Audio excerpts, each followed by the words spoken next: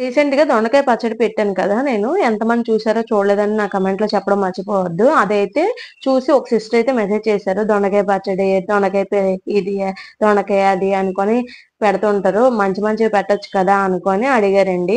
తన ఫ్రస్ట్రేషన్ అయితే నాకు అర్థమైంది. ఎందుకంటే దొండకాయ అన్నది కొంతమంది తినకపోవచ్చు. యెస్ అండి తినరు చాలామంది.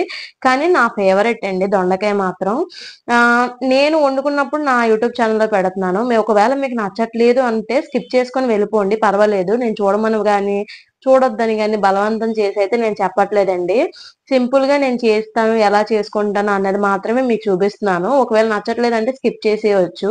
అంతేగాని ఎందుకు మీరు అదే పెడుతున్నారు, రిపీట్‌గా పెడతారా? మీకు అది పెడితే మీకు దాని మీద డబ్బులొచ్చేయాలని చూస్తున్నారా? అది చూస్తున్నారా? ఇది చూస్తున్నారా? అంటే ఒక యూట్యూబర్ అయ్యుంటే తెలుస్తదండి. కో యూట్యూబర్స్‌కే తెలుస్తది ఆ కష్టం ఎంత అని. నేను కూడా ఛానెల్ స్టార్ట్ చేయకముందు ఇలాగే అనుకునేదాన్ని. డబ్బులొచ్చేస్తాయి గుట్టిగా అనుకోని.